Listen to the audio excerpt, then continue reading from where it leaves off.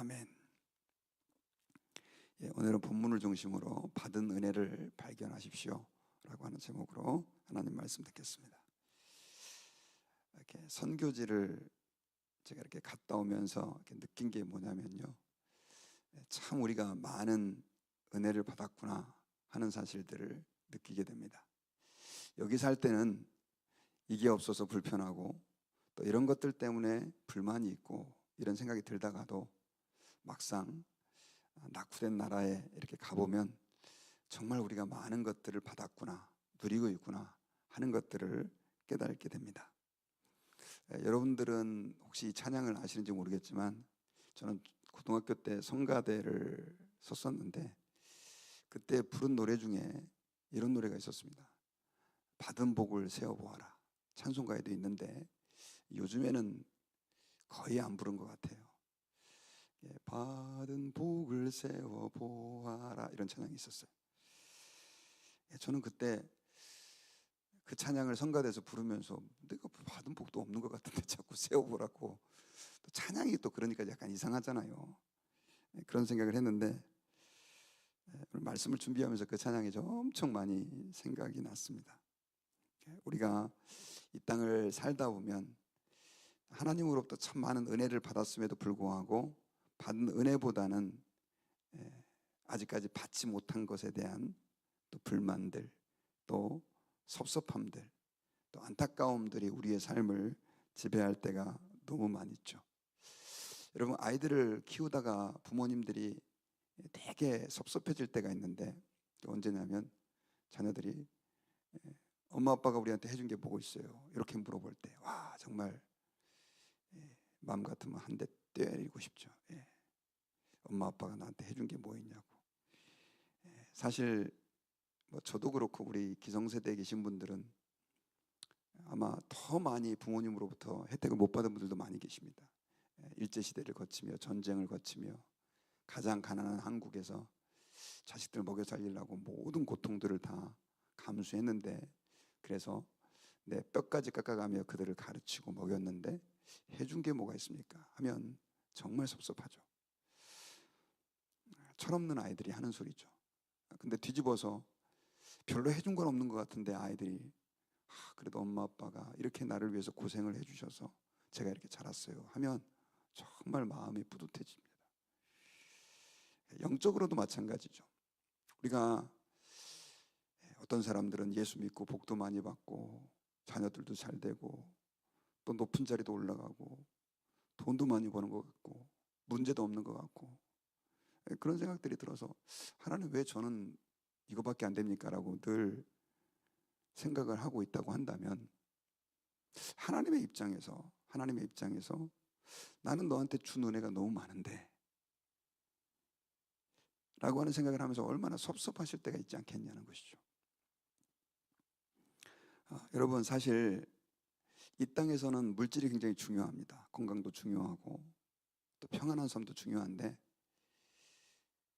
우리가 예수 그리스도를 믿었다라고 하는 것은 그것과는 비교할 수 없는 은혜를 얻은 겁니다. 어떤 분이 그런 말을 하셨어요. 우리가 세상의 모든 것을 다 잃어도 하나님을 가졌다면 다 가진 것이요, 우리가 이 세상의 모든 것을 다 가졌다 할지라도 하나님을 잃어버렸다면 다 잃어버린 것이다. 너무 멋있는 말 아니에요? 여러분 동의하십니까? 네, 아멘이죠.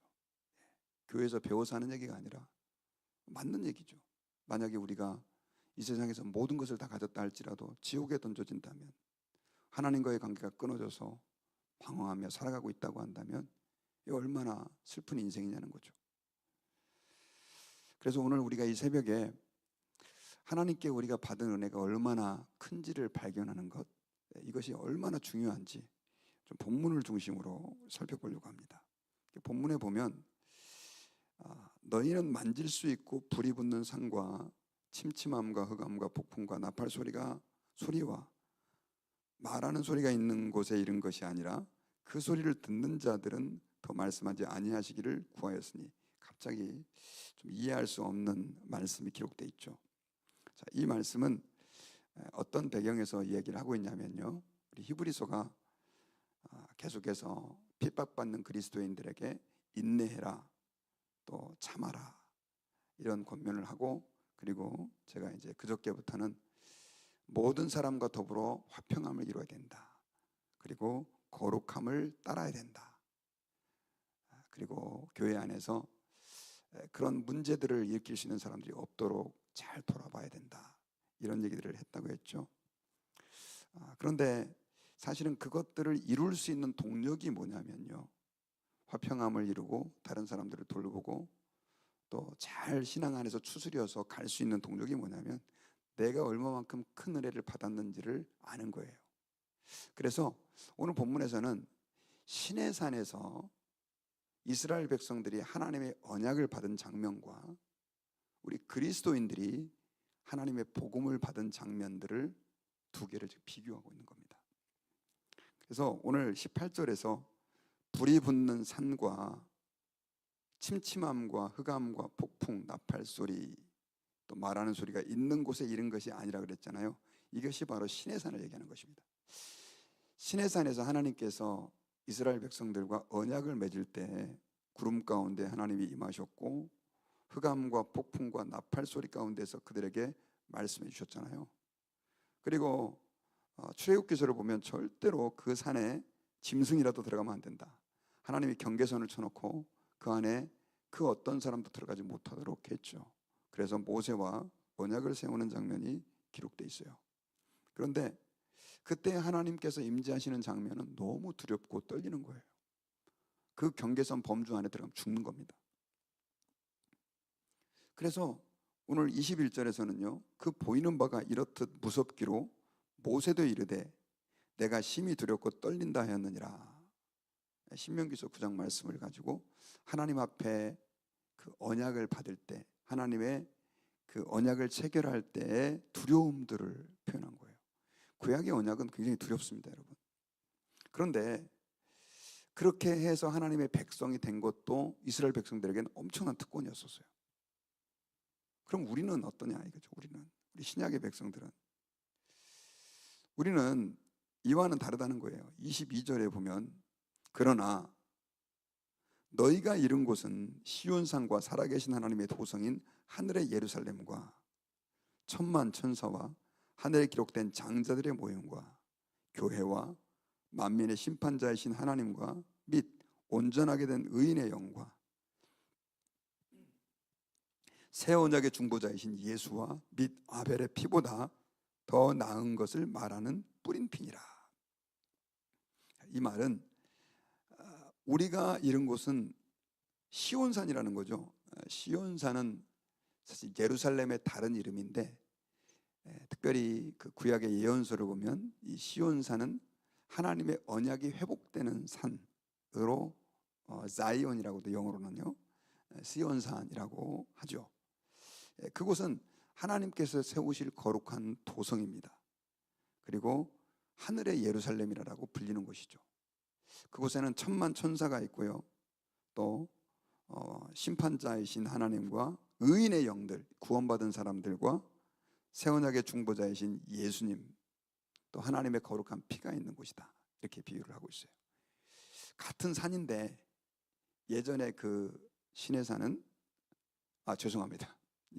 같은 산이 아니죠.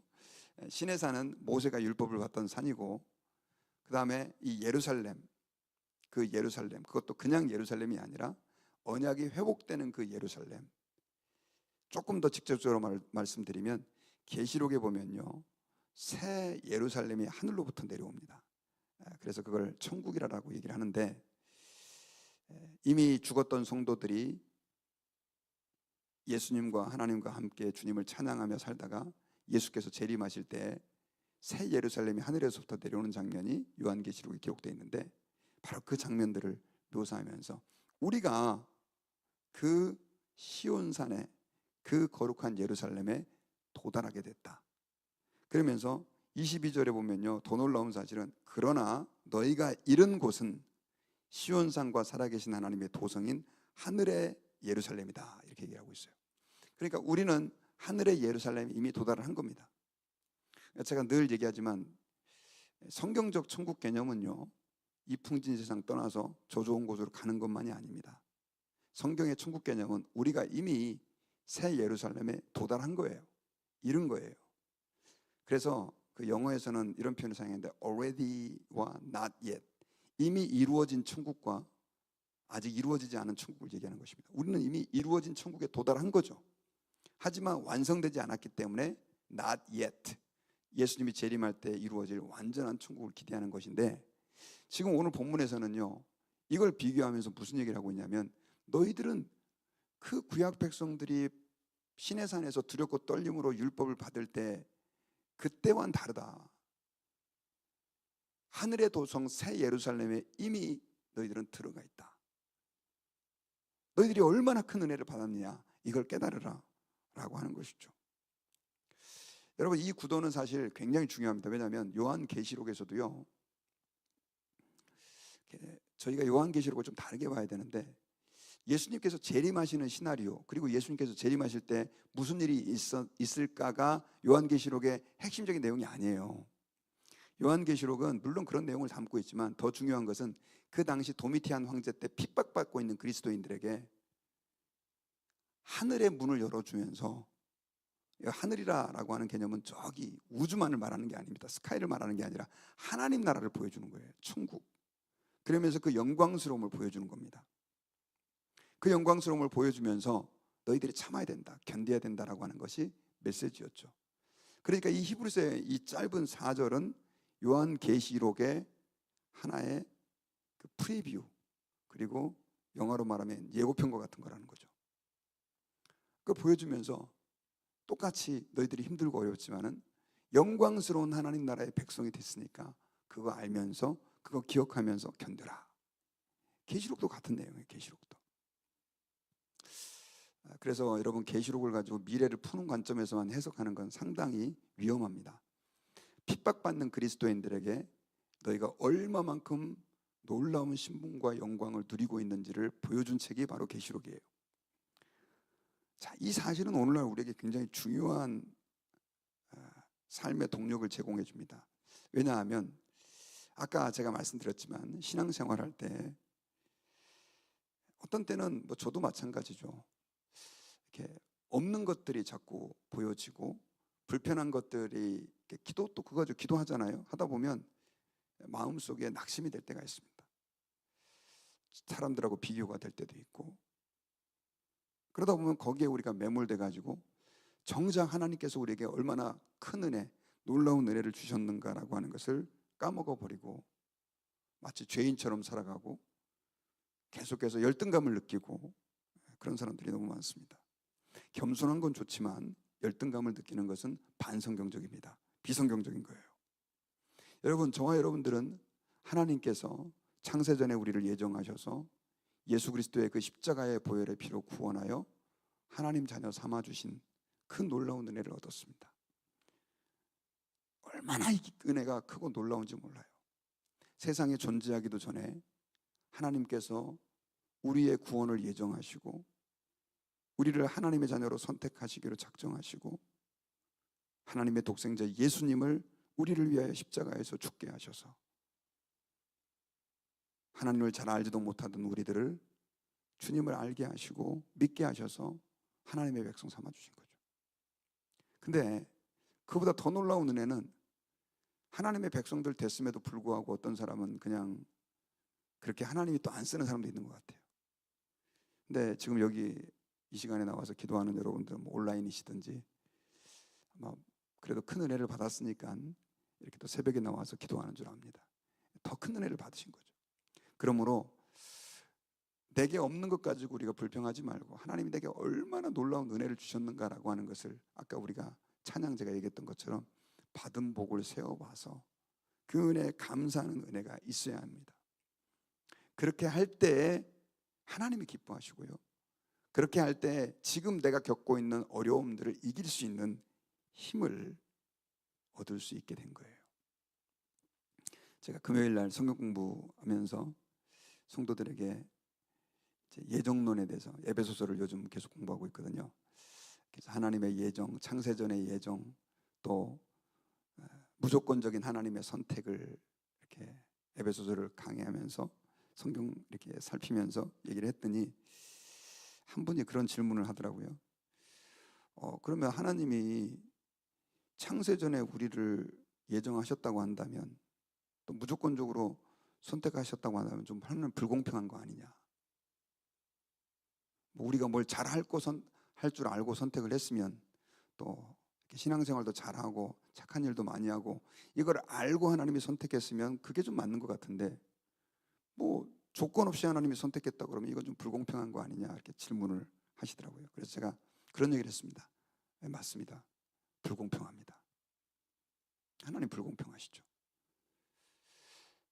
그러면서 제가 이런 질문을 했죠. 그렇다고 한다면 당신이 하나님께 선택을 받아서, 창세전에 하나님이 당신을 아시고 예정하셔서 선택을 하셔서 예수님의 그 십자가의 피로 당신을 거룩하게 하셔서 구원하시고 이 자리에 앉아 계시는 것은 공평합니까? 이렇게 물었어요.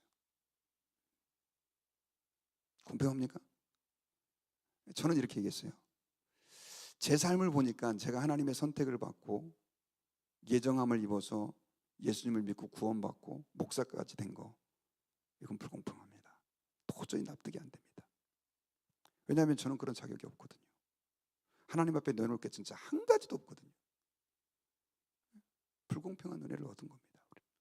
이런 얘기를 했죠. 여러분, 그 80억의 인구 가운데 하나님이, 그것도 인류 모든 역사를 통틀어서 나를 창세전에 아시고 선택하셔서 예수님의 십자가의 피로 씻기셔서 구원해 주신 것, 이거는 정말 영어로 말하면 amazing grace, 다 말로 표현할 수 없는 은혜죠. 그 은혜를 받고도 우리가 왜 이게 부족합니까? 왜 이게 없습니까? 원망한다고 한다면 하나님께서 얼마나 섭섭하시겠어요. 그러므로 저는 여러분, 이 하루 살면서 특별히 하나님께서 우리에게 얼마나 크신 은혜를 주셨는지를 좀 발견할 수 있는 은혜가 있으시기를 바랍니다. 결혼 생활 하다 보면 배우자가 마음에 안 들 때도 많아요. 요즘 유행하는 말이 있다 그러잖아요. 부인들이, 하나님 저는 제 남편이 로또입니다. 로또, 이런 얘기를 많이 한대요. 그래서 아니, 그렇게 남편이 좋으세요? 그랬더니 아니, 로또요, 안 맞아요, 안 맞아, 이렇게 이런. 그래서 제가 그 얘기 듣고 한참 웃었어요. 요즘에 이제 그게 유행이 돼가지고 제 남편이 로또예요, 이런 얘기 하는 사람들이 꽤 많아요. 안 맞죠. 남편의 입장에서 또 아내가 안 맞는 경우도 있죠.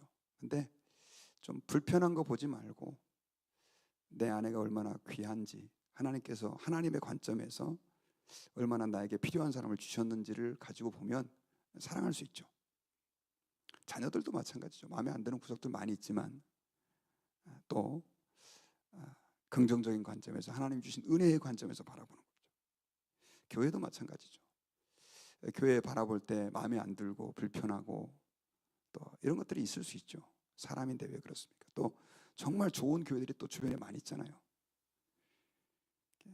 저는 우리 교회가 제일 좋아서 우리 교회 나옵니다, 이런 분들 좀 위험하다고 생각해요. 왜냐하면 그건 맞는 말이 아니에요. 우리 교회보다 좋은 교회들이 훨씬 많습니다. 단지 하나님께서 우리 교회를 쓰시는 거죠. 그래서 신앙생활을 잘하는 사람들은 비교해서 우위를 점해서가 아니라 하나님께서 우리 교회에 주신 독특한 은혜가 뭔가, 하나님께서 내 가정에 주신, 내 아내에게 주신, 내 자녀에게 주신 그런 독특한 은혜가 뭔가라고 하는 것을 발견하는 거예요. 그렇게 살다 보면 하나님의 은혜 앞에 우리는 감사할 수 있게 되고, 그러다 보면 당연히 환난과 어려움들이 있겠죠. 그 환난과 어려움에 우리가 매몰되지 않고 그 환난과 어려움 속에서도 주님을 바라봤던 믿음의 선진들처럼, 심지어 자기의 목숨을 내놓고도 믿음을 지켰던 믿음의 선진들처럼 우리는 믿음의 길을 갈 수 있게 되는 줄을 믿으시길 바랍니다. 저는 말씀의 결론을 맺겠습니다. 오늘 히브리서에서는 이 구약 시내산에서 모세와 이스라엘 백성들이 율법을 받는 장면과, 그리고 신약에서 새 예루살렘이라고 일컬어지는 교회, 그리고 하나님 나라의 백성이 된 우리들을 비교하면서 두려움과 폭풍과 나팔 소리와 무서움 속에서 언약을 받았던 백성들에 비해서 우리 예수님을 믿는 사람들이 거저 공짜로 받은 은혜가 얼마나 큰지를 너희들이 알아라 라고 하는 메시지를 통해서 우리가 이 땅을 살아가면서 얼마나 큰 은혜를 받았는지를 깨닫는 것이 또 얼마나 중요한지를 오늘 말씀을 통해서 들었습니다. 하나님의 크신 은혜를 발견하고 깨닫는 것 굉장히 중요합니다. 우리가 더 많은 은혜를 주시옵소서 기도하는 것도 중요하지만 또한 중요한 것은 얼마나 많은 은혜를 받았는지를 기억하는 거예요. 저와 여러분들이 그 은혜를 기억하고 하나님 앞에 오늘은 특별히 뭔가를 구하기보다는 그 은혜를 발견하는 은혜를 저와 여러분들이 누릴 수 있는 그런 축복이 있기를 주님의 이름으로 축원합니다. 같이 기도하겠습니다.